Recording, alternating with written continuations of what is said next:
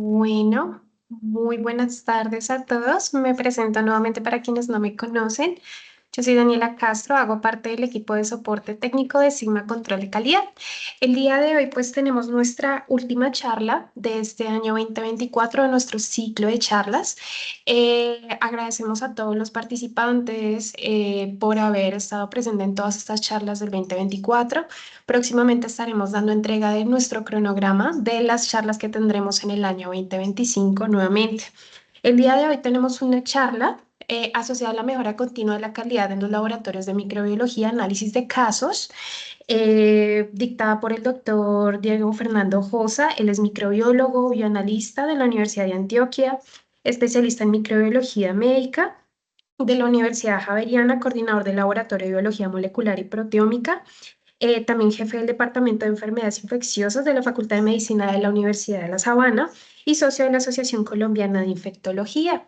Eh, Agradecemos a todos los participantes nuevamente y bueno, doctor Diego Josa, bienvenido. Muchísimas gracias por estar acá el día de hoy. Buenas tardes, Daniela, y buenas tardes para todos. Gracias, Daniela, por la presentación y gracias a Sigma por la invitación para compartir este tema. Y bueno, bienvenidos todos a este viernes por la tarde. Vamos a recibir este tema que es muy importante para hablar del control de calidad en nuestros laboratorios de microbiología. Y vamos a ver como la parte final, como la revisión de unos casos. Entonces, voy a compartir mi pantalla. Un segundo, por favor.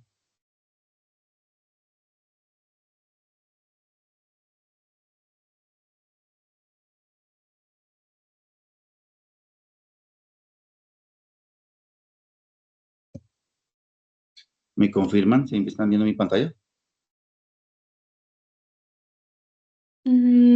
Todavía no, Doc. Está creo que cargando. Listo, Se ve en blanco. permíteme.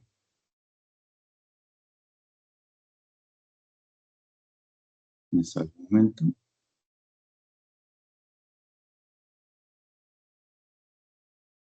Tranquilo, Doc. No te preocupes. Siempre persisten esos inconvenientes, entonces esperemos si puedes cargar pantalla. Mm,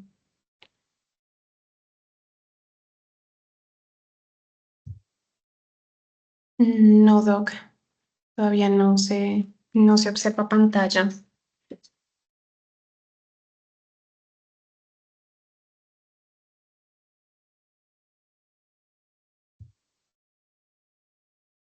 Ahí, ya se puede ver. No, Doc, no, todavía no. Sí. Voy a salir y vuelvo a entrar. Permíteme. Dale, dale, perfecto.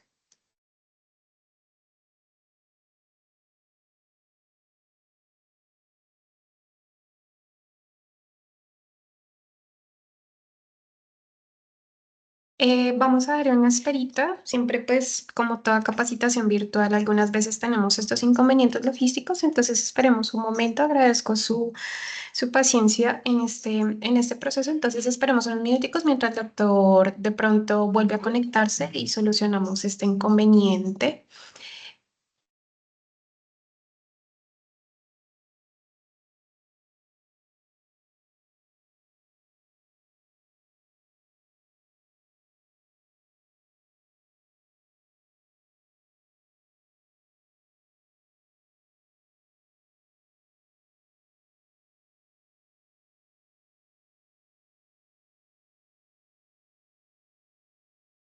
Hola, Doc. Sí, ahora sí se ve.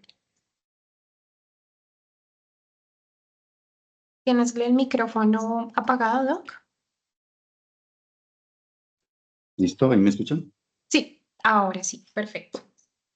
Bueno, entonces arrancamos. Este es el contenido de la conferencia. Entonces, primero vamos a ver cuál es la importancia de tener un programa de evaluación externa de la calidad. Luego vamos a ver cuál es la utilidad de ese impacto de estos programas en los laboratorios de microbiología. Luego vamos a hacer la revisión de los dos últimos eventos del programa SPECA de este año. Y finalmente, con unos mensajes, unas recomendaciones. Entonces, ¿qué es la evaluación externa de la calidad? Entonces, tenemos dentro de sus programas de gestión de la calidad hay uno de los métodos de, digamos, de evaluación que se usan frecuentemente, es la evaluación externa, ¿sí? Dentro de todo nuestro programa, dentro de todo nuestro proceso diario de nuestros laboratorios que involucra tantos factores, entonces es importante esa evaluación externa de la calidad. Y hay diferentes tipos de cómo hacer esa evaluación, ¿sí? Entonces, primero tenemos, y lo más comúnmente usado son los ensayos de aptitud analítica, en donde un proveedor externo envía unas muestras desconocidas para hacer su análisis a un grupo determinado de laboratorios y participantes. Los resultados los analizan, se comparan y luego cada uno recibe como el resultado final del porcentaje, digamos, como de concordancia, una evaluación, bueno, y un resultado. Otro tipo es la segunda comprobación o un segundo análisis, ya aparte un laboratorio subcontratado evalúa nuevamente o realiza estos análisis de unas muestras ya analizadas previamente y se hace una comparación. Y tercero, una evaluación en el centro, que no es, pues, digamos, no es de las tradicionales y no tiene tanto impacto como las de las pruebas de aptitud analítica, pero entonces también, digamos, dentro de esas tres mecanismos son importantes para que cada laboratorio empiece a incorporar estos mecanismos de evaluación. Cuando evaluamos o miramos cuáles son los beneficios que me traen estos programas de evaluación, ¿sí? Entonces analizamos esto. Nos permiten tener o detectar advertencias tempranas de algún problema sistemático que se me esté presentando en mi laboratorio relacionado tanto a kits o diferentes procesos en el laboratorio de microbiología. También podemos ver cuáles áreas o zonas o fase del proceso necesito mejorar y también me ayuda a identificar las necesidades de formación del personal o necesidad de educación continua. También esto me garantiza que yo pueda tener resultados fiables, que mis procesos son confiables y mis resultados igualmente son confiables, ¿sí? Entonces me ayuda a evaluar tanto los métodos, me ayuda a evaluar materiales, me ayuda a verificar que mis equipos estén funcionando correctamente y mis resultados pues también son confiables, ¿sí? Entonces, cuando tenemos un resultado satisfactorio de estos programas, ¿sí? Entonces me da o me garantiza que estoy haciendo los procesos con calidad en mi área, en mi laboratorio, y permite también el reconocimiento de esa calidad de laboratorio, nos permite mostrarnos que somos un laboratorio con calidad y nos permite también entonces ser reconocidos ante grupos externos. Aquí relacionado esto es a procesos de acreditación. Esto es uno de los ítems que evalúan y es algo muy importante para tener ese reconocimiento. Cuando encontramos algunos problemas, ¿sí? Durante ese programa o estas fallas en mi programa de control externo, entonces incluso con esos reportes tenemos alguna baja puntuación, entonces tenemos que mirar qué errores se me están presentando durante todo el flujo de trabajo. ¿Qué significa? Tengo que analizar la fase preanalítica, la fase analítica y la posanalítica. Cuando evaluamos en todos los errores o falencias en la fase preanalítica, yo tengo que empezar a mirar qué pasó en ese almacenamiento de muestras, en esa manipulación o cómo llegó el envío también de estas matrices, de estos controles, ¿sí? Y también en esa fase preanalítica, que a veces pasa y sigue pasando en algunas instituciones, un error, digamos, en el etiquetado de muestras, o sea, un cruce de muestras, y como lo vamos a ver, cómo es el tipo de control que maneja SPECAL, a veces hay etiquetado o marcado equivocado que no corresponde a la muestra que se debe procesar. También hay errores en la fase analítica. Entonces, ya se tiene que evaluar aquí diferentes condiciones que ya pueden ir relacionadas en cuanto a los reactivos que estoy utilizando, al instrumento, a los métodos de análisis con los cuales estoy comprobando, verificando o el procesamiento de muestras, en qué equipo lo estoy realizando, bajo qué condiciones, qué calibraciones, tengo que mirar las calibraciones de nuestros equipos o, bueno, mantenimientos en este caso. Y también nos permiten, o mejor dicho, tenemos que también entrar a evaluar la competencia del personal que sea idóneo, capaz de responder a esos resultados, puede tener capacidad de análisis también. Y en la fase postanalítica, entonces, a veces se presenta que en algunos formatos de informes, de algunos tipos de controles, el formato puede ser confuso, el momento de diligenciar, o tal vez la interpretación de los resultados puede ser incorrecta. Y algo que también pasa, y algo muy frecuente, es el error de transcripción. que es por un error de transcripción o no correspondía ese dato, ese valor de resultado a esa muestra, entonces se llenaba en el campo siguiente o de la otra muestra y pues también nos trae errores y pues bajas puntuaciones. ¿Por qué es entonces importante poder entonces tener esos controles de calidad en nuestro laboratorio de microbiología? Dentro del laboratorio de microbiología en nuestra área, digamos, todos estos análisis, todos estos reportes son una de las líneas más importantes frente a la discriminación de enfermedades infecciosas, ¿sí? ¿Por qué? Porque permiten mejorar, primero, el diagnóstico, abordar terapias antibióticas efectivas, me permite incluso actuar rápidamente detectando posibles brotes, y lo importante, poder contribuir a la detección de mecanismos de resistencia a diferentes antibióticos, y lo cual es algo muy importante con el actual aumento de la resistencia antimicrobiana, que es lo que estamos viviendo y lo que está pasando actualmente. Algo al respecto a esto y como para mostrar el impacto de por qué debemos desde nuestro laboratorio de microbiología poder tener procesos estandarizados y controlados, y cómo es desde el laboratorio de microbiología podemos contribuir a esta gran pandemia de la resistencia antimicrobiana desde los procesos diarios que hacemos. Poder contribuir, porque el problema de resistencia cada vez se nos está complicando, cada vez más se nos está saliendo de las manos.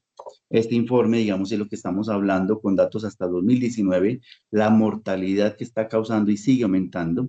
Hasta 2019 sabemos que 10 millones de muertes al año, con datos hasta 2019, son causados por cáncer, ¿sí? Enfermedades cardíacas, y miren que aquí poco a poco la resistencia antimicrobiana está causando casi 5 millones de muertes asociadas. Entonces esto sigue aumentando cada vez más, y la proyección que podemos ver aquí, ¿sí? Para el 2020, que es el color rojo clarito, tenemos 1.3 millones casi directas, cáncer en primer lugar 10, pero la proyección para 2050 muestra, cuando ya se iguala o va a superar a cáncer, el número de muertes total por año. Y cuando evaluamos entonces que es el último de las publicaciones recientes, ahorita en el mes de septiembre, donde analizan esa carga de la resistencia antimicrobiana y hacen un comparativo de lo que eran en 1990 hasta el 2021 y hasta el año 2050. ¿Sí? Entonces miramos acá, en 1990, lo que es las barras en color verde claro, se nos morían más los pacientes de neonatos, niños de 1, 4 años, sí, hasta 5 años, pero para 2021 cada vez ha ido aumentando la población, sí, las muertes en población adulta y sobre todo mayores de 55 hasta 80 años. Y estos dos mapas comparan muy bien cómo era esto, digamos, como la tasa de mortalidad para el 2021 y la proyección, según el artículo, las proyecciones, pues ya con programas matemáticos, para el 2050, cómo va a aumentar las tasas de mortalidad. Miramos muchas zonas en azul todavía, alrededor del 6, 9, 12% de la tasa de mortalidad, pero mire para el 2050 muchas regiones ya, sobre todo Latinoamérica, cómo aumenta de gran manera esas tasas de mortalidad, algunos países hasta el 27 al 30%. Y esto es lo que tenemos, digamos, hasta evaluando el estudio Lancet desde el 2000, con datos hasta el 2019 también, o sea, esto fue previo a pandemia, debido a pandemia y posteriormente a la pandemia de COVID-19, esto se está duplicando y triplicando mucho más. Con datos publicados en este artículo, las tres principales patologías, digamos, que causan más muertes es neumonía, ¿sí? En primer lugar.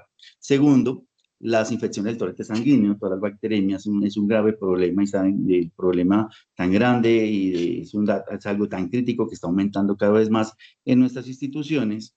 Y en tercer lugar, las infecciones intraabdominales. Entonces, sumado eso, entre ellas tres, son 78% de muertes debidas a rabia. ¿Por cuáles? ¿Quiénes causan estas tres entidades? Los patógenos que siempre vemos en nuestra práctica diaria: E. coli, Staphylococcus aureus, Klebsiella pneumoniae, Streptococcus pneumoniae, Cineto y Pseudomonas. Miren que esos son los principales patógenos y son los que causan esos casi 5 millones de muertes asociadas por año. Y siguen aumentando entonces, aparte del problema, las carrapenemasas, y que hace mucho tiempo algunas las bacterias presentaban una carbapenemasa. Ahora el aumento de coproducciones, que significa que tengan dos, tres o más carbapenemasas presentes en la misma bacteria. Entonces, esto se está volviendo un problema. Simplemente muestro este dato publicado este año, en donde cogieron diferentes bacterias de diferentes países, como lo podemos ver acá, y evaluaron por secuenciación qué carbapenemasas tenían presentes y cuáles, digamos, era la combinación como más frecuente. En ese caso, lo más frecuente, miren, KPCNM, y el país más, con mayor proporción de casos de coproducción KPCNM, China, 45%. Y miren que el problema empezó 2014 hasta el 2017 se disparó completamente. China de los mayores productores de estas coproducciones y desde ahí se diseminó a otros países. Y en segundo lugar, Estados Unidos, donde tiene una prevalencia, digamos, hasta el 23% de esas coproducciones. Y Latinoamérica cada vez entonces esto ha ido aumentando. Entonces se vienen diferentes problemas y cada vez está aumentando. Aquí solo los mencionaré que aparte del aumento de la resistencia antimicrobiana y coproducciones que les mostré ahorita, la diseminación de genes de resistencia o bacterias multiresistentes también en el ambiente, en ambientes terrestres, acuáticos, en granjas, en ganadería, todo el sector agrícola, sector de peces. La diseminación de estos genes de resistencia y este intercruzamiento en el ambiente está aumentando cada vez más y sumado a esto, nuevos antibióticos casi no se están fabricando, ¿sí? El desarrollo de antibióticos ha ido disminuyendo. Las pocas moléculas que se venían fabricando con estudios clínicos hasta 2019, pero hubo un cambio para el 2020, en donde 2020 se disminuyó la producción debido a pandemia y posteriormente se creció, fue el auge de fabricación de vacunas. Entonces esto también complicó aún más. Y aparte, si analizamos antibióticos, es la resistencia a las pocas moléculas que tenemos, en el caso de resistencia a ceftazidime, avibactam, que es una de las moléculas que tenemos aquí en Colombia, pero ya estamos presentando, digamos, como esa resistencia aumentada.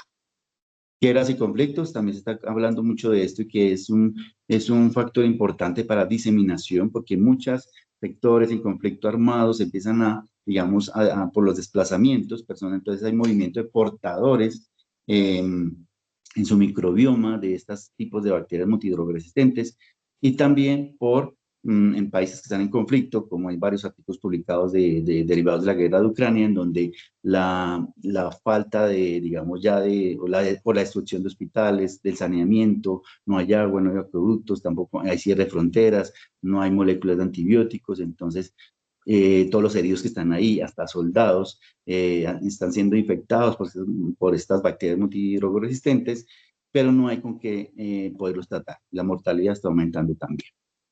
Luego, para complicar esto, están las cepas hipervirulentas, que sobre todo es Klebsiella neumónica, causando un nuevo problema, en donde estas nuevas cepas hipervirulentas cada vez más, digamos, se vuelven más resistentes, con más mecanismos de resistencia, pero a la vez están adquiriendo plásmidos de virulencia y a la vez tienen plásmidos híbridos que contienen el mismo plásmido, contienen las genes de virulencia y genes de resistencia. Entonces los hace un arsenal mucho más grande para ser resistentes a múltiples antibióticos y ser más virulentas también. Cepas mutantes, como les comentaba ahorita, cada vez hay más resistencia a las moléculas, ¿sí? Hay alguna pequeña mutación o asociación de mutaciones. Entonces, hay cepas mutantes que se nos están diseminando en nuestros países también. Y otro, para terminar aquí, como uno de los, digamos, problemas y que aumenta, es el difícil a veces acceso a métodos diagnósticos en diferentes países, sobre todo la situación en Latinoamérica, para que entren nuevas tecnologías, cada vez necesitamos más metodologías moleculares, pero el ingreso, el acceso a esto es complicado y también pues debido a su alto costo, entonces a veces tenemos métodos o algunas instituciones, todavía tenemos métodos que no funcionan muy bien y más aún cuando hay coproducciones o algunas cepas mutantes no los podemos como detectar. Entonces, viendo, digamos, todo ese panorama, nosotros tenemos un papel muy importante desde la laboratorio de microbiología, tener, digamos, una estructura y unas condiciones en nuestro laboratorio de microbiología que nos permita trabajar con calidad. Cuando hablamos entonces de laboratorio de microbiología, debemos tener unos componentes, digamos, y muchos de estos son básicos que debería contener cada laboratorio de microbiología. Primero, una infraestructura con áreas adecuadas, bien establecidas, ¿sí? Con personal idóneo y capacitado que tenga la experiencia y también la formación, manuales, guías, protocolos estandarizados y actualizados también constantemente. Pues sabemos que en el campo de microbiología cada vez hay un avance mucho más, más rápido en cuanto a equipos, procedimientos. También tener insumos y equipos de diagnóstico adecuados, ¿sí? Con sistemas automatizados en lo posible para identificación y antibiograma, ¿sí? Para obtener los perfiles de susceptibilidad de los microorganismos. También disponer de pruebas confirmatorias, ¿sí? Pruebas confirmatorias de los mecanismos de resistencia. A veces el antibiograma nos va a sugerir o nos va a decir que puede ser ciertos mecanismos, pero no vamos a fondo. Necesitamos pruebas confirmatorias para poder definir y llegar y darle al clínico el reporte con la prueba confirmatoria y poder saber qué mecanismo de resistencia con el fin de poder dar unas buenas terapias efectivas para el paciente. Pruebas de diagnóstico molecular, esto cada vez está aumentando y cada vez más necesitamos pruebas de biología molecular, ¿sí? Ya las pruebas fenotípicas a veces nos quedan cortas, necesitamos pruebas basadas en biología molecular para mejores diagnósticos y apuntar cada vez más al diagnóstico de medicina de precisión. Y dentro de este laboratorio de microbiología siempre tener control de calidad internos, los que realizamos internamente en nuestro laboratorio y los ejercemos ahí a diario, semanal o según como lo tengamos estandarizado, y también programas de evaluación externa de la calidad, que es lo que nos reúne el día de hoy. Entonces, siempre es los componentes mínimos de un laboratorio de microbiología. Y esas, digamos, como funciones principales a grandes rasgos, ya sabemos que en la laboratorio de microbiología hacemos muchas actividades, pero una de las diarias y que ahí es donde influye los controles que yo pueda ejercer a diario en las pruebas para dar unos muy buenos resultados, tenemos que identificar el agente etiológico, pero identificarlo realmente, ¿sí? Porque el error de una mala identificación también nos da a veces una mala terapia antibiótica. Esto nos ayuda entonces a confirmar y descartar sospechas clínicas cuando a veces hay diferentes diagnósticos o sospechamos uno que otro microorganismo y es importante cuando también evaluamos el perfil de susceptibilidad a los antimicrobianos, dando esto y haciendo y confirmando con las pruebas confirmatorias que les mencionaba ahora, es una de las funciones primordiales, ¿sí? ¿Por qué? Porque garantizamos un reporte clínico oportuno, efectivo, confiable. ¿Para qué? Para que el clínico, pueda dar terapias de tratamiento adecuadas y lo que estamos aquí es dando, o sea, y salvando a sus pacientes y dando, digamos, o elevando esas tasas de sobrevida de esos pacientes. ¿Y cómo hacemos estas actividades anteriores? Sabemos que tenemos diversidad de metodologías en microbiología, desde lo convencional, ¿sí? Desde agares, pruebas fenotípicas, susceptibilidad. También tenemos pruebas basadas en proteómica para hacer identificación o algunos perfiles de susceptibilidad. Pruebas de inmunotomatografía para confirmar incluso desde antígenos o confirmar mecanismos de resistencia también. Plataformas moleculares, una diversidad que cada vez, como les comentaba, están llegando cada vez más plataformas que evalúan, ya nos dicen también identificación, pero también nos dicen los genes de resistencia. Entonces, es muy importante. Y ya nuevas tecnologías que van a seguir llegando basadas en secuenciación, basados en resonancia magnética, basados en nanotecnología para evaluar cada vez más esos mecanismos de resistencia de una manera mucho más rápida. Entonces, mirando aquí lo convencional y lo más tradicional cuando hacemos antibiograma, mira esos mecanismos o detectar esos mecanismos de resistencia, tenemos aquí las pruebas convencionales para identificación también y antibiograma. Entonces, sistemas automatizados diferentes. Tenemos también pruebas de disco y fusión, ¿cierto? Los discos o pruebas de ITES y la microilusión en caldo y bueno, muchos de pruebas basadas en estos principios que nos arrojan entonces los datos de identificación y estos últimos sobre todo de antibiograma. Pero esto debo hacerlo de la manera más controlada posible, evaluar siempre que esto me esté funcionando muy bien, que esté de acorde a los puntos de corte actualizados que la norma, lo dije, nos dice para nuestro caso aquí en Colombia, Latinoamérica, por la norma CLSI, tener siempre la última norma CLSI con las actualizaciones. Esto es muy importante para los puntos de corte, yo puedo dar resultados confiables en cuanto al antibiograma y no tener fallas porque esto repercute en el paciente.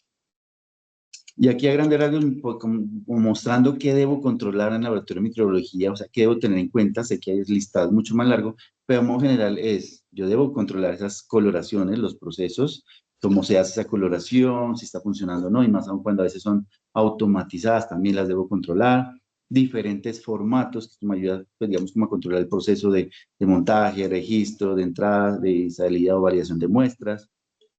También debo, muy importante, controlar, saber bien o estandarizar bien la toma de muestras, porque la toma de muestras se realiza mal, ya todo el proceso en adelante, pues nos va a salir con error. Entonces, vamos a dar malos reportes al paciente.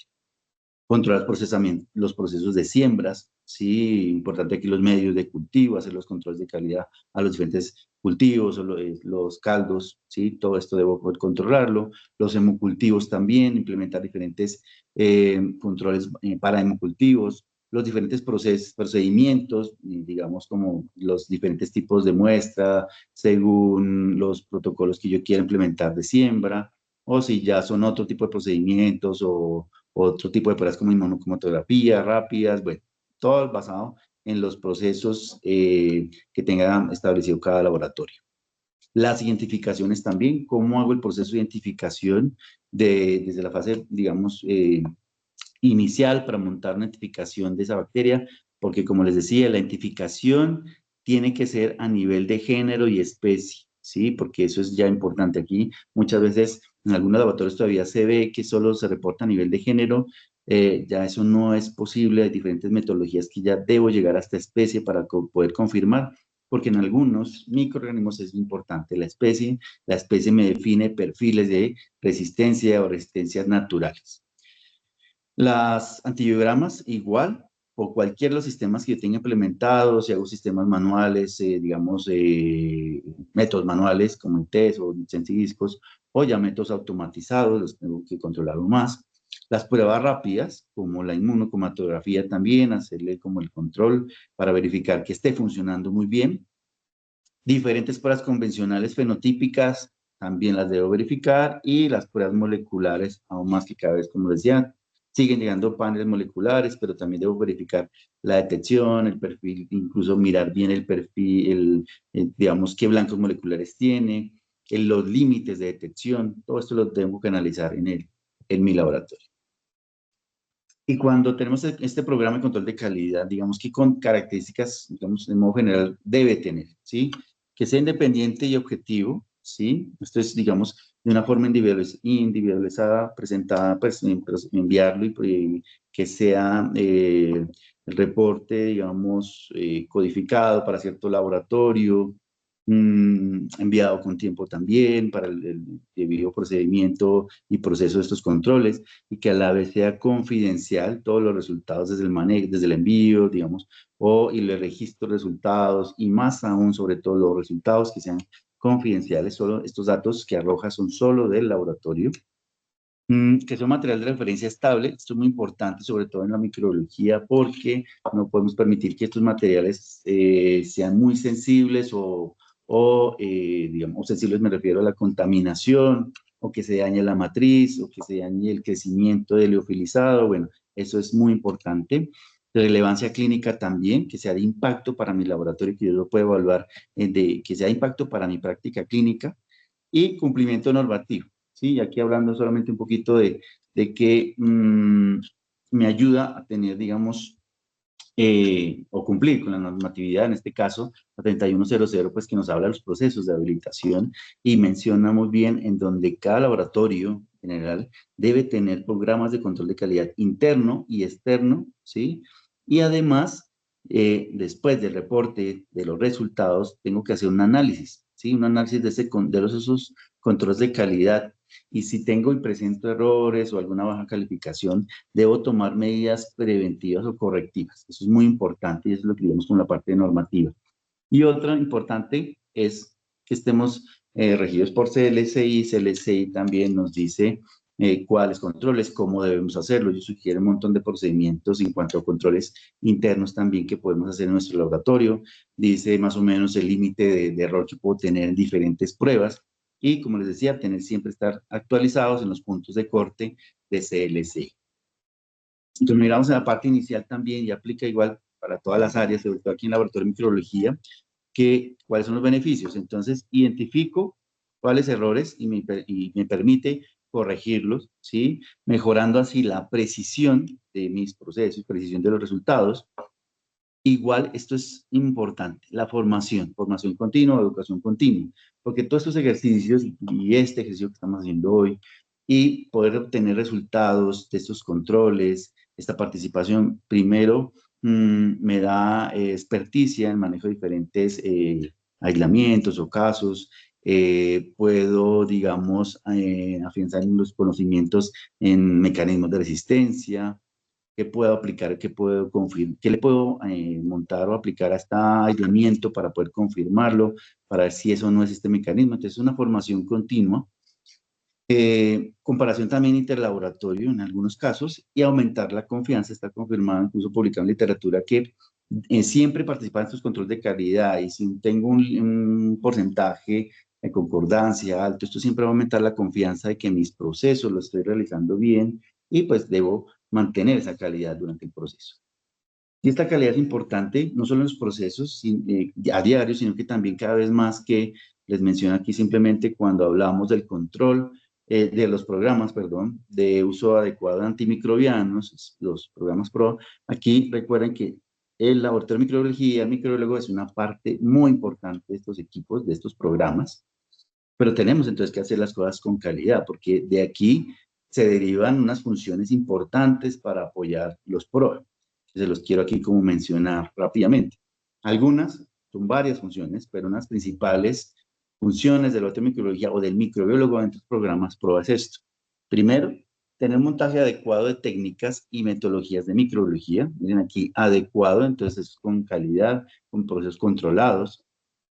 Esto también con una oportunidad de resultados, con un buen flujo de trabajo y optimización de técnicas que yo tenga en el área de microbiología. Y si yo puedo cada vez más implementar métodos rápidos y pruebas confirmatorias que me puedan, pues, digamos, definir perfiles de resistencia. Otra es como implementar cada vez más las pruebas de tamizaje e identificación de mecanismos de resistencia en portadores, y cada vez más instituciones nos acogemos a esto porque ante esta diseminación es necesario hacer tamización rectal de los portadores que me están llegando a mi institución, incluso por servicio de urgencias, ver con qué vienen colonizados y pues poder tomar medidas de aislamiento oportunas. Otra función muy clave, la lectura interpretada del antibiograma y reportes con pie de nota. Esto nunca nos puede faltar para explicar al personal clínico. A veces no está muy bien entrenado, capacitado, a veces desconoce ciertos mecanismos de resistencia. Entonces, con los pie de nota podemos ayudar, ¿sí? Manejo de información de informes, de todos los informes microbiológicos, todo el manejo de data, lo de que es JUNE, también es una de nuestras funciones. La comunicación rápida y efectiva de cuando salen microorganismos antidrogoresistentes o perfiles inusuales y cada vez más la implementación de pruebas de biología molecular para diagnóstico rápido. Entonces, tenemos como esas principales, digamos, funciones que va todo esto a diario, yo tengo que hacerlo con calidad y controlado con mis controles de calidad interno y basados también en programa de calidad externo. Y estos dos estudios que les quiero mostrar, este publicado en mayo de 2024, un estudio en Alemania donde empiezan a evaluar mmm, cómo ha sido, digamos, el desempeño y cuál es el impacto también, cómo es la realidad digamos, como el impacto y los resultados de estos programas. Les quiero mostrar algo interesante en este estudio. Miren que ellos evaluaron resultados de 2016 a 2023. ¿Qué hicieron? Cogieron un grupo en este caso, los que están marcados aquí como la A, son laboratorios, digamos, como los de más alta calidad microbiología, de grandes instituciones, hablemoslo así como de tercer y cuarto nivel de complejidad, y cogieron los que están en rojo, los laboratorios intermedios, no tienen todas las características de calidad, son pequeños laboratorios, ¿sí?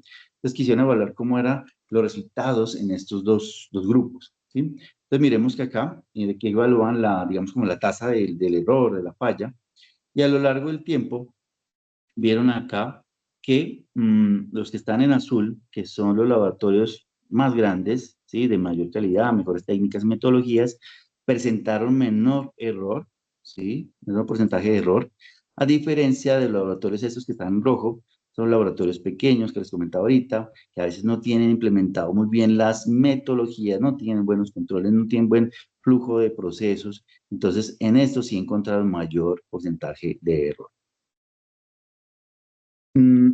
Y en esta última gráfica también muestra esto, ya digamos como en rangos igual lo mismo. Para los laboratorios, ¿sí? Grandes laboratorios y muy bien estandarizados, el porcentaje era por periodos de tiempo, miren, era mucho más bajo que a diferencia de los otros laboratorios pequeños. ¿Por qué? Porque muchos no manejan, y lo mencionan en el artículo, muchos no manejaban procesos ni protocolos estandarizados, ya ni controles, entonces aquí es donde se refleja esos errores, ¿sí? El impacto que tiene no tener controlado pues todos estos procesos. Muestra en el artículo también las diferentes metodologías de identificación, ¿sí? El porcentaje y algo muy importante, pues, en este caso en Alemania, esta gráfica, este estudio, eh, las técnicas de proteómica o espectrometría de masas, miren cómo ha ido aumentando en el tiempo, en este caso, para identificación de diferentes microorganismos. Entonces ya no nos quedamos con lo bioquímico, en el caso de los sistemas automatizados, empezó a disminuir dice acá, el sistema automatizado Bytec empezó a disminuir porque ya cada vez más instituciones seguían implementando espectrometría de masas y pues garantiza una mejor, como sabemos, una mejor identificación. Y este mismo estudio, cuando analizaban los errores en cuanto al antibiograma, ¿sí? También vieron una muy marcada diferencia. Los laboratorios de este grupo, los de azul, miren las fallas o el porcentaje de falla en pruebas de susceptibilidad, mucho más baja, los errores menores, a diferencia de los grupos que les comentaba, a veces no tenían procesos de identificación, a veces menciona el artículo que no tenían guías o no se elegían por algunas guías específicas o puntos de corte, entonces miren las tasas de error eran muy altas. Y ellos miraban aquí también a través del tiempo bajo qué normatividad o guías se regían. Entonces, al principio, muchos países en Alemania se regían por CLSI, después este verde claro es como la norma alemana, la nacional, pero que eso no fue muy efectivo, hasta que después pues ya EUCAS, entonces ya muchas instituciones ya se regían por EUCAS, que es las barras en naranja. Entonces es como ya, y ya pues en la mayoría de países europeos solo se rigen por la norma EUCAS. Y quise buscar esto, entonces, ya estudios en Latinoamérica, Colombia y otros países, algunos países, en donde evaluaban 10 años, a lo largo de un periodo de 10 años, cómo era el comportamiento de esos controles de calidad en los laboratorios de microbiología, ¿sí? Y estos son los resultados. Fue publicado este año. Entonces, este es el número en total, como 195 laboratorios, es el número total de laboratorios, y ellos evaluaban, era, digamos, como la buena tasa de identificación o la buena concordancia, si era buena, si era pobre o si era realmente muy mala clasificación. Entonces, esta parte de aquí, estos cercanos al 100% eran los de mejor clasificación, de ahí empieza a disminuir hablando solo de identificación, entonces miramos que aquí ya empieza a disminuir y hay algunos laboratorios que ya están por bajo del nivel crítico, debajo de la línea roja, el nivel crítico, pero cada vez va menos instituciones y si podemos hacer un corte aquí, podemos analizar que un buen número de participantes tienen un muy buen desempeño en cuanto a estos resultados de concordancia, de control externo, y también analizaron esto, el número, digamos, como de identificación, ¿sí? De concordancia de identificación de bacterias a lo largo de este periodo de tiempo, 10 años, y mirar como si, digamos, como si presentaban problemas con cierto tipo de microorganismos, y los más críticos por debajo de la línea roja, que serían estos de aquí. Entonces miren acá, Klebsiella aerogenes, Bacillus cereus, Rutella, Haemophilus influenza y unos Corybacterium. Entonces, Ya los principales, los más característicos, pues están en este rango. La mayoría de laboratorios muy bien, pues, muy buena identificación. Curioso aquí la parte de Klebsiella aerógenes, si se menciona en el artículo, es porque todavía muchos sistemas automatizados, y lo vemos a diario aquí en Colombia y varios países todavía, no está todavía actualizado el nombre antiguo que tenía, pues no está al nuevo nombre. Entonces, muchos sistemas aparecen como Enterobacter aerógenes todavía, y el reporte original, pues ya por la norma que exige, es poderle tipificar con el actual nombre que es Klebsiella aerógenes. Por eso mencionan aquí esta falla. Ya los otros es porque mm, eh, Bacillus cereus, llegar a la especie a veces, Rutella o algunos Corynebacterium, es muy difícil poderlos identificar, presentan fallas a veces en sistemas automatizados, y a veces en los sistemas de espectrometría de masas, hay unas cepas de Bacillus cereus que son muy mucoides, presentan esa mucosidad, ya recordemos que es ambiental, entonces presenta, debido a ese problema de ser tan mucoide, no se logra identificar, no se puede romper fácilmente para hacer identificación por espectrometría de masas. Algunos errores que también lo mencionaron ahí. Como conclusiones, ellos dicen que en general, un muy buen desempeño en los países de Latinoamérica, no participaron todos, solo algunos países. Incluyeron diferentes instituciones de diferentes niveles de complejidad y tamaños de laboratorios, ¿sí? Y dicen aquí que el laboratorio de microbiología debe mantener una gestión estandarizada de todo el proceso, lo que hablábamos al inicio, la fase preanalítica, ¿sí? La analítica y la posanalítica. Entonces, estableciendo un programa de control interno de todos los procesos que hago ahí a diario, una muy buena validación de los equipos que yo voy a establecer o implementar en mi laboratorio con la respectiva verificación, ¿cierto? Validación, manejo adecuado de insumos, de reactivos, medios de cultivo, discos, tiras, pruebas, ¿sí? Todo lo que tenga en el laboratorio, y especialmente la capacitación y actualización permanente, esto es muy importante, de los profesionales, personales idóneos, capacitados, con buena experiencia. Sabemos que los procesos de microbiología y la resistencia cada vez es más cambiante, entonces necesitamos actualización permanente de esto. Entonces, eso es como la primera parte que quería mostrarles, que es cuáles son los beneficios, para qué sirve y cuál es el impacto de nuestros laboratorios de microbiología. Entonces, ya teniendo establecido un programa, en este caso, un programa de control externo como el de SPECA, donde puedo garantizar todo este flujo de procesos y trabajar con calidad, que como ya lo vimos, la importancia es poder dar resultados confiables. Entonces, bajo estos controles de calidad, ¿sí? Y siempre vamos a partir de algo muy, muy básico, que es la lectura previa del inserto, ¿sí? A veces muchos pasan por alto el inserto y ahí vienen las condiciones, las especificaciones, las instrucciones de manejo. Si no lo hacemos, eso empieza a presentarse errores, y ya si no se hace así de esta manera, detectamos los errores muy tardíamente y vamos a tener resultados pues errados. Es importante, entonces, en este inserto del control de calidad de SPECA, nos dice varias cosas. Hay muestras para identificación y muestras para antibiograma, ¿sí? Para el perfil de susceptibilidad. Cuando son de identificación, también nos dice que algunas muestras pueden ser libres de patógenos, o sea, y eso es lo más real, digamos, es un plus digamos, uno de los plus del programa, que te pueden venir muestras estériles, así como nos puede pasar de cualquier muestra de un paciente, y asimismo entonces debo reportar. Esto me verifica la calidad de mi proceso de siembra, de procesamiento, y es muy importante.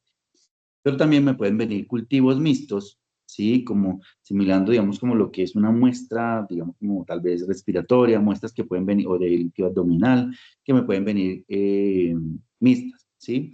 Entonces, en algunos pueden ser una microbiota normal, o en algunos casos también, y el inserto también lo menciona, que trabajar el patógeno más significativo, el que más creció, o el que más de importancia es.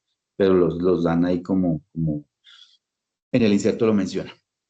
¿Qué es importante? Esto, bajo qué está regido mi control, lo que hablamos también, y la parte normativa. En el control de SPECA estamos guiados por las normas CLSI, ¿sí? Debo hacer un reporte de antimicrobianos, y bajo lo que yo reporte, En cuanto a perfiles de susceptibilidad sensible, intermedio, sensible a dosis dependiente o resistente, se va sumando como un puntaje y me da un score final para ver si tuve concordancia o no. Esto también lo menciona, entonces me especifican muy bien. La muestra 1 y 2 dice identificación solamente y la muestra 3 y 4 solo para perfil de susceptibilidad. Me dice la muestra 1 y 2 qué tipo de muestra es, la muestra 3 y 4 qué aislamiento es y de qué muestra fue aislado, porque yo siempre también tengo que analizar esa bacteria de qué sitio de anatómico proviene para pues, ir pensando y correlacionar muy bien el tipo de infección. La estabilidad, el almacenamiento es muy importante, siempre de 2 a 8 grados. Y después, esto es muy importante, después de la reconstitución, recuerde que viene liofilizado, las muestras deben ser procesadas en máximo hasta en 30 minutos. No dejar pasar este tiempo, evitamos así contaminaciones también. Y también lo menciono, y esto siempre se debe manejar dentro de un control de calidad. Técnica totalmente aséptica, ¿sí? Bajo cabina, bioseguridad, y esto es igual como si fuera cualquier muestra de un paciente, ¿sí? Sabemos que cualquier muestra puede ser potencialmente infecciosa, entonces debemos trabajarlo de igual forma como una muestra de un paciente.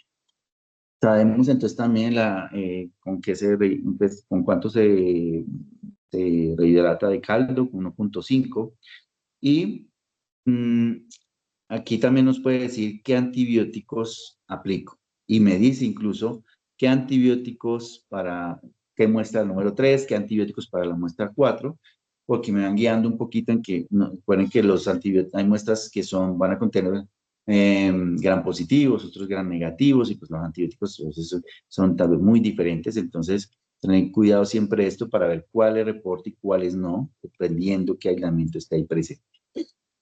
Y esto que hablamos de la parte preanalítica, ¿sí? Como a modo de tips y recomendaciones. Ya vemos que la lectura del inserto es fundamental, reconocer, saber los tipos de muestras enviadas y ahí podemos saber más o menos qué microorganismos podría encontrarse ahí en esa muestra. Asociarlo entonces al tipo de muestra, al sitio anatómico, con una buena conservación de ese control en nevera, una muy buena manipulación al reconstituir, cuando yo destapo estos controles, el simple hecho de colocar esta tapa en este modo dentro de la cabina, un mesón, ya ahí hay contaminación. Esta es la manera adecuada y adicional mm, rehidratarlo pues inmediatamente siempre con guantes y empezar a hacer digamos, como la mezcla suave y dejar que pues, ya se reconstituya completamente. Siempre bajo cabina de bioseguridad, ya hablamos de los 30 minutos, no sobrepasar este tiempo, no dejar temperatura ambiente después por mucho tiempo, ya si no podría verse contaminación. Importante también con los materiales adicionales con los que yo trabajo. Siempre lo hablo, siempre lo hablo en estas capacitaciones, a veces se nos olvida que pequeñas cositas pueden darnos errores en estos procesamientos y a veces, recuerden que esto es lo más simulado, no muestra en paciente, esto también lo debo pensar cuando trabaje muestras de los pacientes, ¿sí?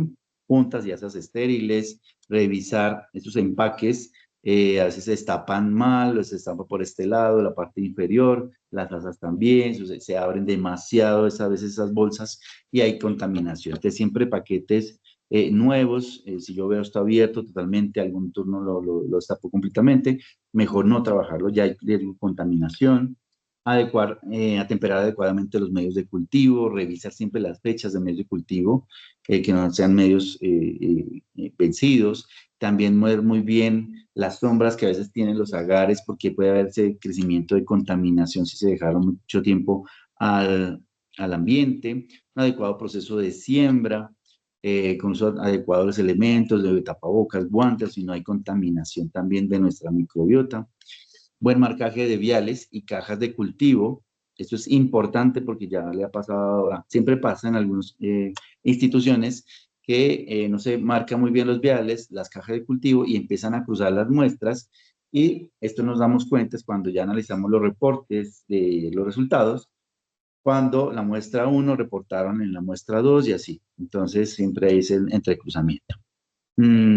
Las temperaturas, bueno, adecuada lectura de sus cultivos e empezar a interpretar y revisar las posibles contaminaciones en el momento de siembra. O sea, invita al importante revisar por cuadrantes de siembra, esa medida los que podemos ver moviendo el agar, si está en las estrías de siembra, si no está, como en este caso, ya yo puedo pensar que son contaminaciones ambientales o en el momento de siembra. Entonces, a modo de consideraciones iniciales, entonces empecemos a hablar los resultados de aquí del evento número 2, que fue fecha límite de reporte para abril de este año. El inserto que nos decía. Entonces, la muestra A y B, ¿sí? Dicen que era para identificación solamente, nos enviaron una Klebsiella pneumoniae y la muestra B no tenía ningún patógeno. Para antibiograma, la muestra C y la D eran para susceptibilidad solamente. En la muestra C era un Enterococcus faecium al lado de una infección urinaria no complicada. Y la muestra D era una Klebsiella aerogenes aislada del sitio de infección de sitio quirúrgico. Es cuando empezamos a analizar y tomamos como ejemplo eh, estos reportes de algún cliente, pues digamos como para mostrarles como el consolidado. Entonces la muestra A era una muestra de orina en la cual estaba una Klebsiella pneumoniae. Analizamos, ¿cierto?, las condiciones, sabemos que es causante de diferentes cuadros de infección. Entonces, Klebsiella, importante, el aumento, digamos, de producción de tactamasas tipo B, las carapenemasas, la mayor, digamos, problema que tenemos actualmente en el mundo. Cuando vemos entonces el consolidado y la distribución también de los resultados, miramos aquí que el total de 92 laboratorios contestaron muy bien de que era una Klebsiella pneumoniae. Otro laboratorio reportó que era Klebsiella oxytoca y otros 3 no fue medido, no midieron. Y otros de forma individual, uno reportó coli, Rotella y Enterobacter aerogenes, aislamientos que no correspondían. 92 laboratorios, la mayoría de laboratorios respondieron muy bien, Klebsiella pneumoniae. Cuando analizamos la muestra B, que era la muestra de sangre, esta no tenía ningún patógeno, no tenía ningún patógeno allí. Entonces, ¿qué sí se dio? Y aquí lo podemos ver en esto. Estas instituciones reportaron un microorganismo, ¿sí? Miren acá, de 13 laboratorios, más estos 10, o sea, 23 laboratorios respondieron muy bien de que no había ningún patógeno. En la plataforma pueden colocar no patógeno, no medido, porque no hay ningún microorganismo. Pero entonces sí se ve esto, que son los falsos positivos, se evidencia con esto que hubo contaminación durante el procesamiento. Entonces miren acá, un buen número reportaron Klebsiella pneumoniae. Recuerden que Klebsiella pneumoniae está en la muestra número A. Entonces aquí se comprueba cuando incluso hay recruzamiento también de, de la muestra, la número 1. Algunos no miden, ¿sí? Entonces es importante no dejar vacía la casilla, porque eso no permite plataforma, lo toma pues no lo evalúa, entonces saca error ahí. Cuando esto es importante, ¿a qué vamos? Poder controlar los procesos, ¿sí? Cuando yo tengo un falso positivo, hablando en la práctica diaria y fuera muestras de pacientes, esto me aumenta costos cuando yo reporto un microorganismo que realmente no tiene el paciente, ¿sí?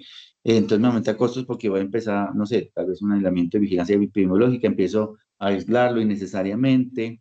La carga clínica también es importante, o incluso empiezo a darle antibióticos innecesarios. Entonces, ahí estamos teniendo un impacto muy negativo de ese uso de los antibióticos. Entonces, importante, y miren que otros aislamientos, Staphylococcus hominis, Werneris, Saprophyticus, miren que de a uno, estos también indican contaminación, manipulación en el momento de siembra. La muestra C, que les comentaba ahora, Enterococcus faecium al lado de una infección urinaria no complicada.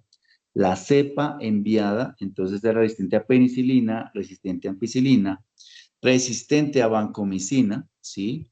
Y genotípicamente este enterococo era positivo, tenía un gen VAN-A, y bueno, resistencia a otros antibióticos. Entonces, que está aquí en el círculo, en el óvalo rojo, es el resultado esperado de lo que se tenía que se esperaba como resultado de esos antimicrobianos, ¿sí? Que ya estaban sugeridos. Y miren aquí entonces vancomicina, uno de los más importantes, El resultado esperado era que diera resistente.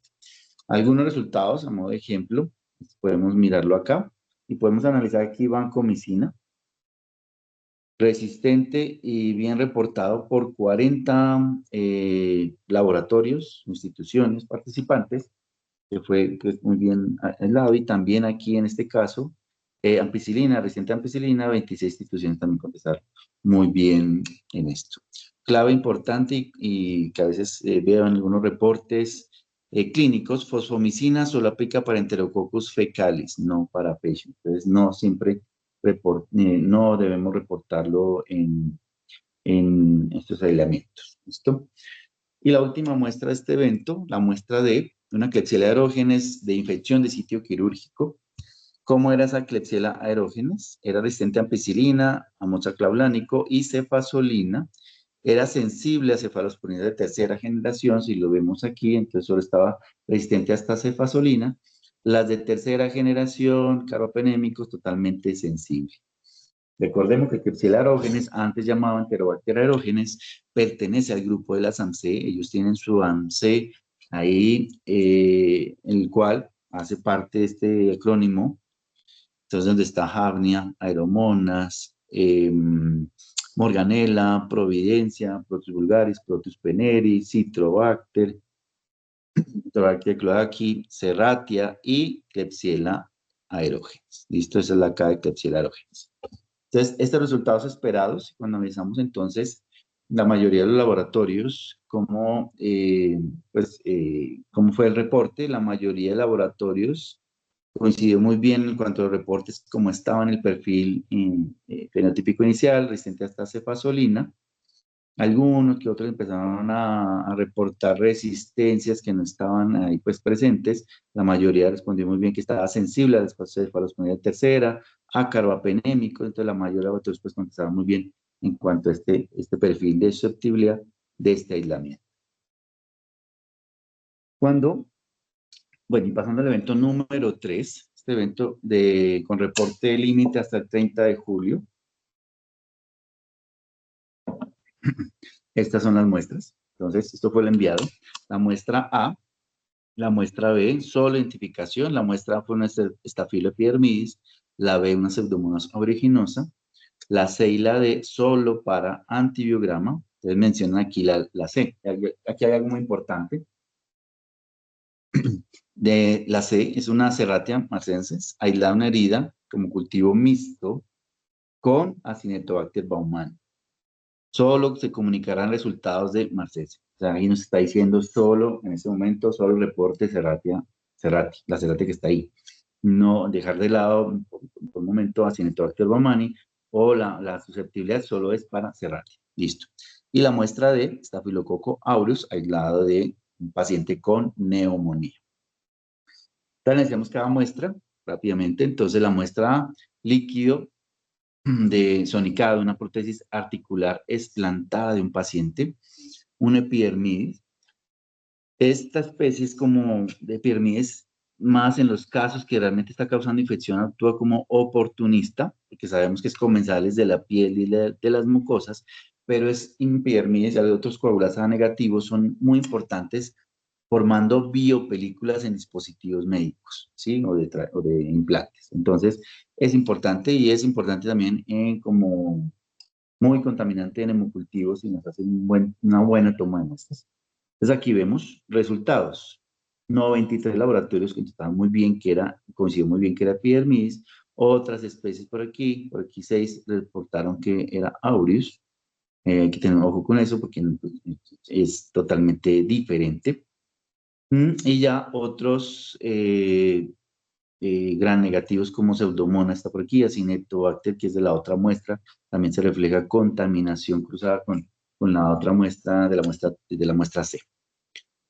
Cuando vemos entonces la muestra B, que era un líquido sinovial articular, y ahí está una Pseudomonas aeruginosa. Recordemos, aeruginosa vive en muchos sistemas acuáticos, hospitalarios, en animales, en plantas, bueno, muy asociado a las infecciones y atención en salud, mucha mortalidad, altas tasas de morbilidad y mortalidad.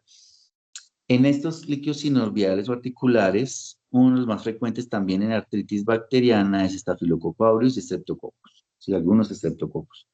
Y cuando se habla de bacilos gram negativos, uno de los más frecuentes, que en literatura también está reportado, Pseudomonas y E. coli, se den cuenta.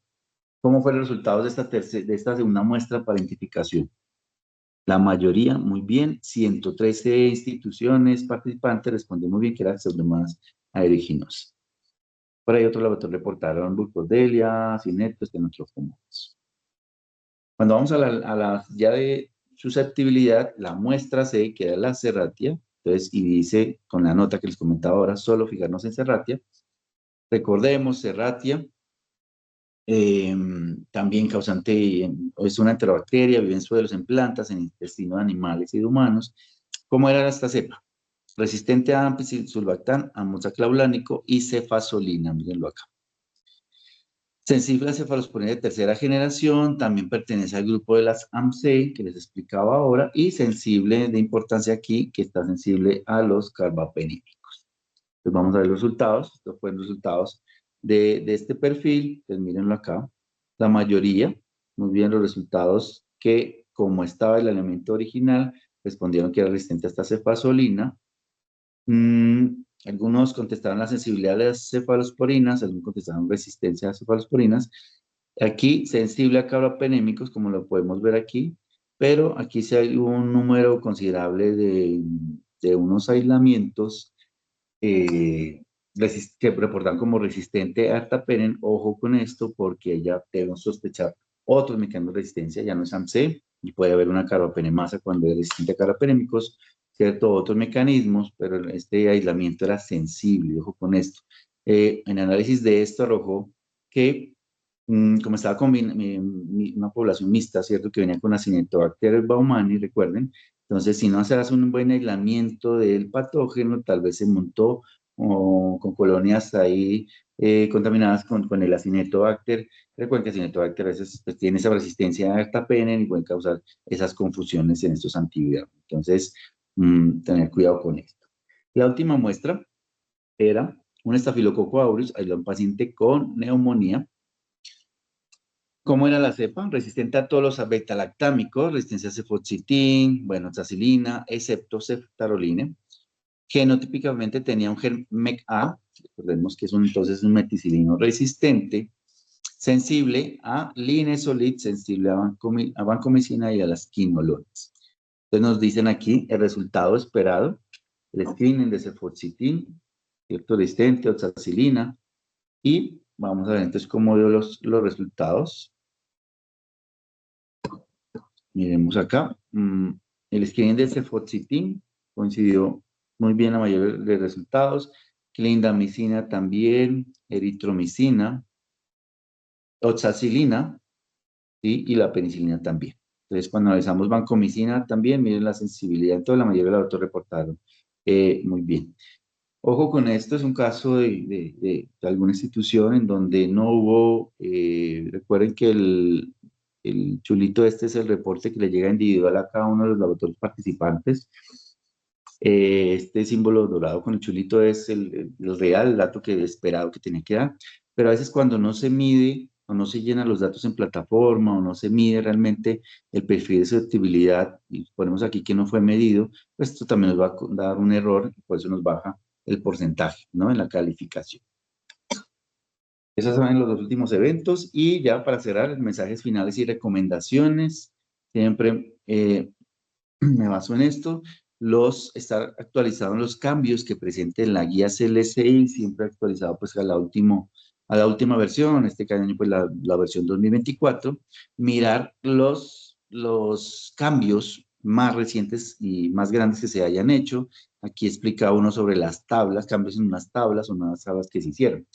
Y esto es esto, las tablas 1 a J, que son, digamos, como los antimicrobianos que se deben tener en cuenta para un reporte, y se clasificó así. Entonces, por ejemplo, la tabla 1A1, que es la tabla de enterobacteriales, entonces dividieron entonces los antimicrobianos por niveles. Nivel 1, nivel 2, nivel 3 y nivel 4. ¿Sí? Entonces, nivel 1 son los agentes que son como los antibióticos que debo reportar tal vez para pacientes no críticos, informes, digamos, como rutinarios, lo primero que debe reportar, si no es una infección complicada o no hay ningún microorganismo multiresistente, entonces son como los primeros a reportar. Luego, en el grupo B, son los antimicrobianos, pero que pueden informarse según digamos, la cascada o algoritmos que yo tenga establecido en cualquier institución, en mi institución. Entonces, ya según el algoritmo, ya aquí empezamos a mirar los carbapenémicos y empiezo a reportarlos o no, dependiendo del perfil de susceptibilidad que me dio ese microorganismo. Luego el nivel 3, entonces ya son antimicrobianos que se reportan cuando vemos bacterias multidrogo resistentes. Entonces ya miramos aquí que están estas moléculas de las que tenemos pues aquí en Colombia, ceftazina y bactam, imipenem, meropenem, bueno, meropenem, bavobactam. Entonces miren que ya son eh, ya de las más grandes moléculas para microorganismos multidrogoresistentes, y así está para diferentes microorganismos. Es bueno que lo puedan revisar detalladamente. La tabla 1B1 para Pseudomonas aeruginosa, y de igual forma están en esos mismos niveles.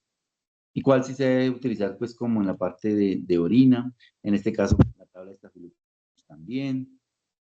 Y no olviden siempre, cuando tengan alguna duda, revisar las resistencias naturales de algunos microorganismos. Está organizada en los apéndices de la norma como la tabla de enterobacteriales, los no fermentadores. ¿Cuáles son esas resistencias naturales a los diferentes antimicrobianos? Entonces no debo reportar esos antimicrobianos en estos perfiles.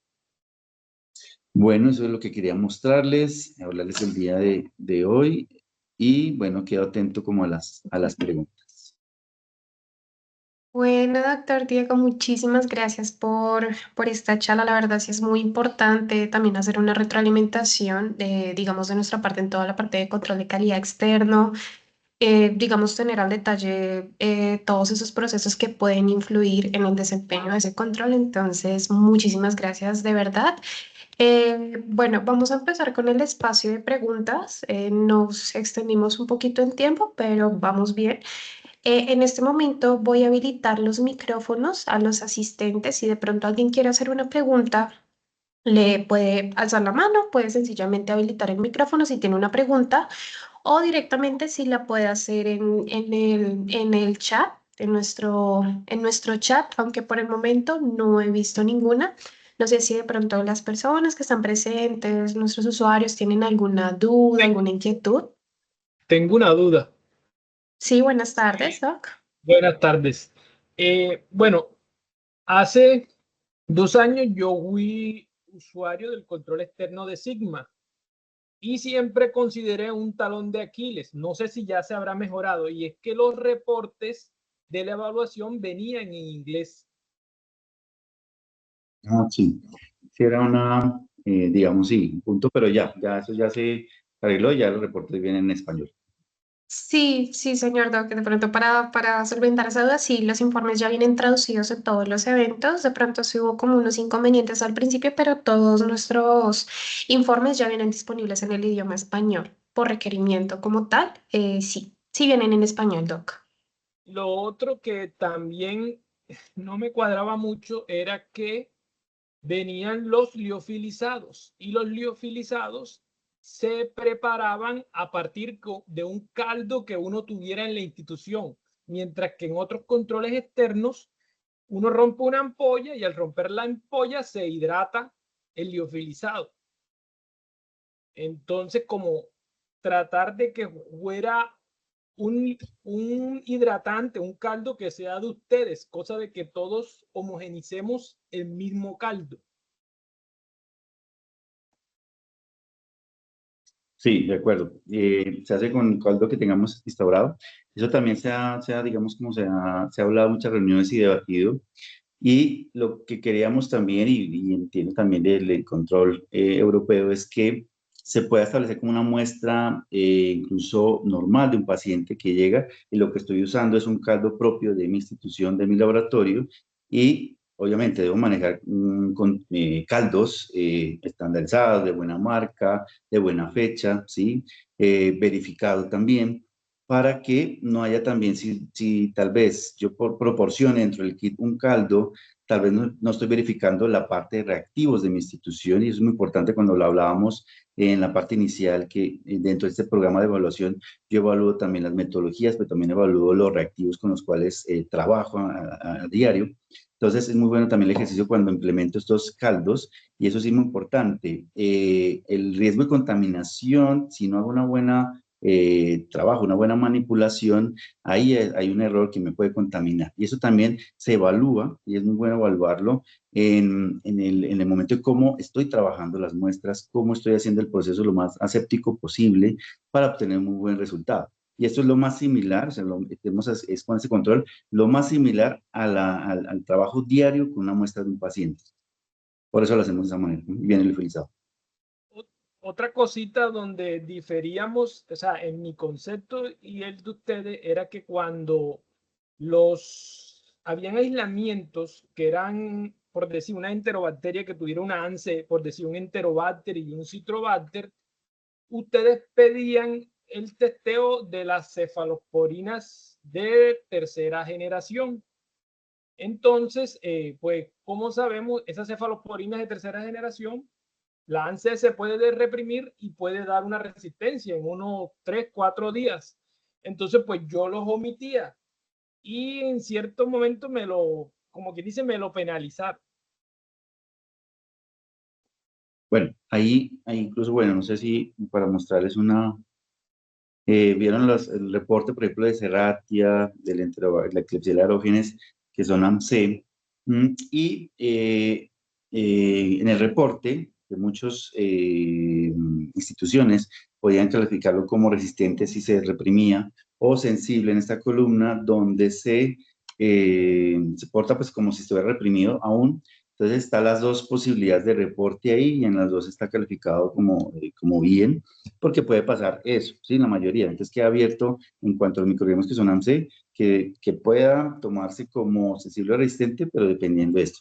Ya lo que sí no se permitía, hay eh, algunos eventos de algunas instituciones reportaban cefalosporina tercera y a veces hasta ertapenem pensando en hiperproducción de AMSE, pero pues esto sí no era válido porque cuando sí es una bacteria que realmente está afectada a un carbapenémico o el ertapenem, esto sí era muy controlado desde casa matriz. Entonces, pero sí da la opción, no sé si lo vieron en la tabla, está la opción de los instituciones que reportaron en este lado la columna resistente o también sensible, pero era válido.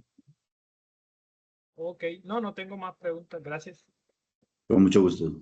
Bueno, doctor, muchísimas gracias por las preguntas. No sé si de pronto, ya para finalizar, tenemos alguna otra pregunta, duda, inquietud que deseen aclarar con el doctor Diego, nuestro referente.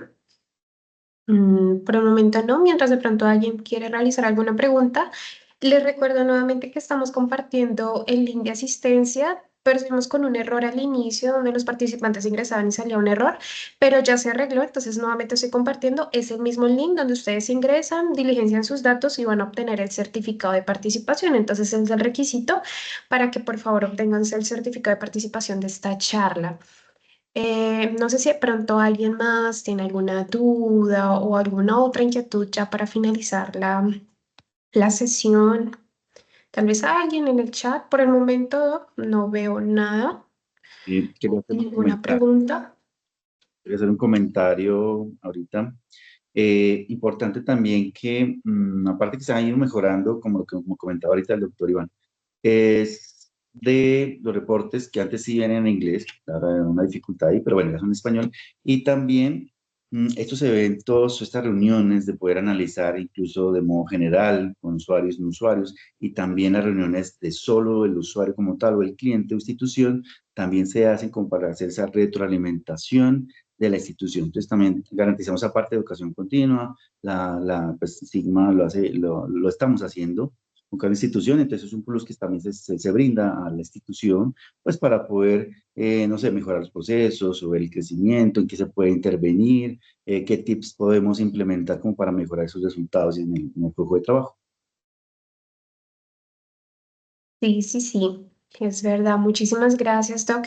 Bueno, yo creo que ya siendo las 5:23 de la tarde, nos alargamos un poco. Creo que ya con eso pues no hubieron preguntas. Realmente pues Da por entendido que quedó muy claro. Muchísimas gracias, doctor Diego. Muchísimas gracias entonces a todos los participantes en esta charla del día de hoy.